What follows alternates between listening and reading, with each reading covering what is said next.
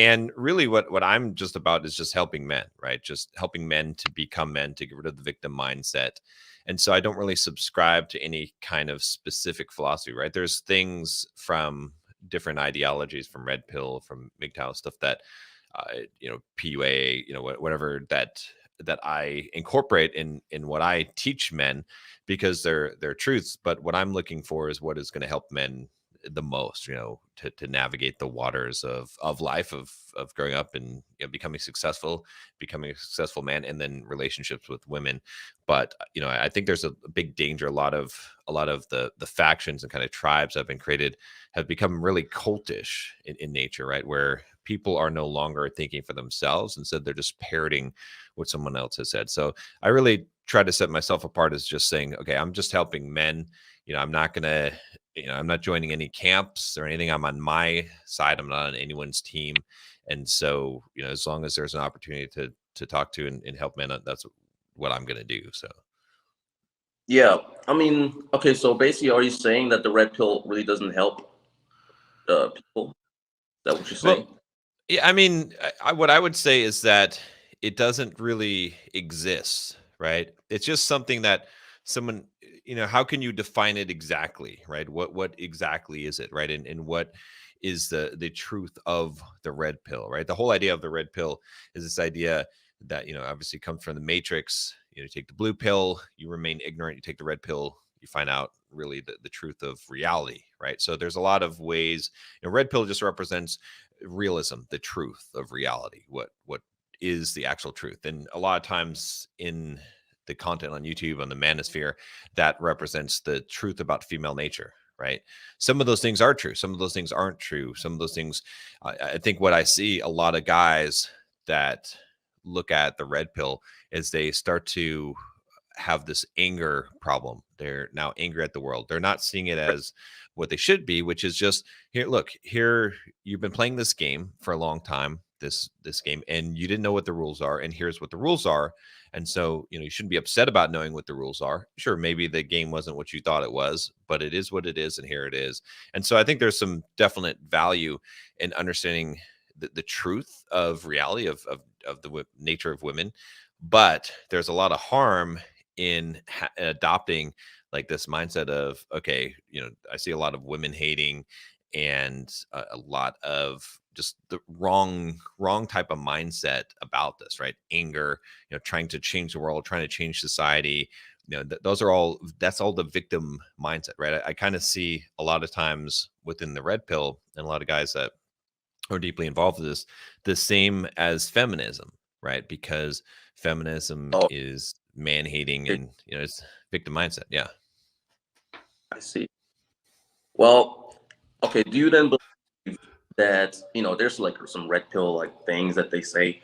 For example, do you believe that you should love women? You should, let's say in a relationship, right?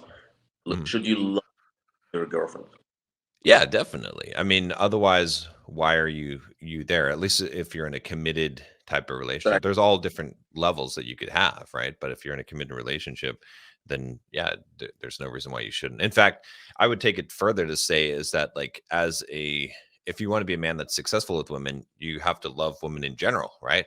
There's this whole idea of that I think is kind of lost today, right? To maybe this generation of a womanizer, right? It used to be that guys that were successful with women were called womanizers, right? Just because they love women, right? Now it's like all these guys hate women. I'm like, well, you can't really. It's not going to be. You're not going to be successful as you could be, is if you were more of a seducer rather than this trying to act all tough and like, I don't need a woman. And there's some aspects of it, right? Obviously being a nice guy, being a people pleaser, right? Being a doormat, those are not attractive aspects, right? But it doesn't, I think a lot of guys, they miss the idea. They jump from one to the other. They're like, okay, well, so I have to hate women, and women are always out to get me, and that's not really true. There's a deeper truth that's in between the two. That reminds me, I was just watching this video of apparently there's this thing called the, like, I don't know if it's called the black pill or something, but or no, it's called MGTOW, exactly. So Yeah. MGTOW is like bunch of men who became losers and who admitted of being that they're losers because women that they were defeated by women, right? So after being defeated, they tucked their tails, and now basically they hate women because they realize they can't get women, right? So these are like the losers of them all, right? Because they, like, I guess you could get women and then still, talk shit about them, but if you admit that you can't even get them because your wife divorce raped you, then you're like the bottom, right? Right. Yeah, and I think that again, that's a good example of what happens. So you have somewhat of a good philosophy or ideology, and then you get a group of guys together, and some of the guys that maybe have a good grasp of this concept of what they're trying to achieve, maybe they're on the right. They see things right, but you end up repeating this, and then it gets lost in translation, and then so you end up having an ideology that like MGTOW, where MGTOW at the surface level, I agree with it. It makes sense, right? Men going their own way, right? As a man, every man should go his own way. That should be the default, right? You should not be following along with the crowd. You should not be chasing after women and basing your life about women, right? You should be figuring out what is it that you want to do in life, going on your own purpose and your own mission in life, and doing that.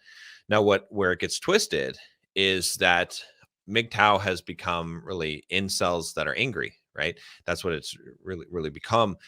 And they've said, okay, well, going your own way means completely forsaking women. It means that they're like all these other things have been attached to it, and it's developed into this sort of like a hate movement as opposed to like a healthy personal development, right? Guys that are going their own way, they shouldn't be concerned about what anyone thinks, right? Which it's kind of ironic that so many MGTOW guys, even though at its core the philosophy makes sense, but so many of them are following the leader, right? They're following this whole philosophy, this ideology. They belong to this group. They highly identify their identities with this group, and so they're not going their own way. They're doing the exact opposite of going their own way, right? If I see a man that's like, no, I'm just going to do whatever I want, I'm going my own way, I'm going to live my life how I want, I don't care if other people like, I don't care if women like it, or if they don't want to be in my life, that's fine. That's a true guy that's going his own way. I'm not going to have any complaints about it. But what we see today on the internet is not that. Yeah, totally. Honestly, those they remind me of beta males because I don't think an alpha male should really identify with a group. I think that's a very feminine trait. Because if you look at like the world nowadays and it's moving towards, and that's like a little bit political too, but it's moving more towards like identifying with certain things. Like I'm black, for example, right? And it sounds weird, but I've never really seen myself as black. Like Right. I'm black. Like I don't really care. I just do stuff that benefits me and it's gonna place me in the best position possible. So if I see people that identifying as like, oh, I identify, for example, I was talking with this girl, she's funny. She's blonde, blue eyed, her mom's from Germany. No, her mom's from Mexico, her dad's from Germany. It's like, well, I guess I don't identify as white, but I identify as Mexican. I don't know, like it's like, what are you talking about?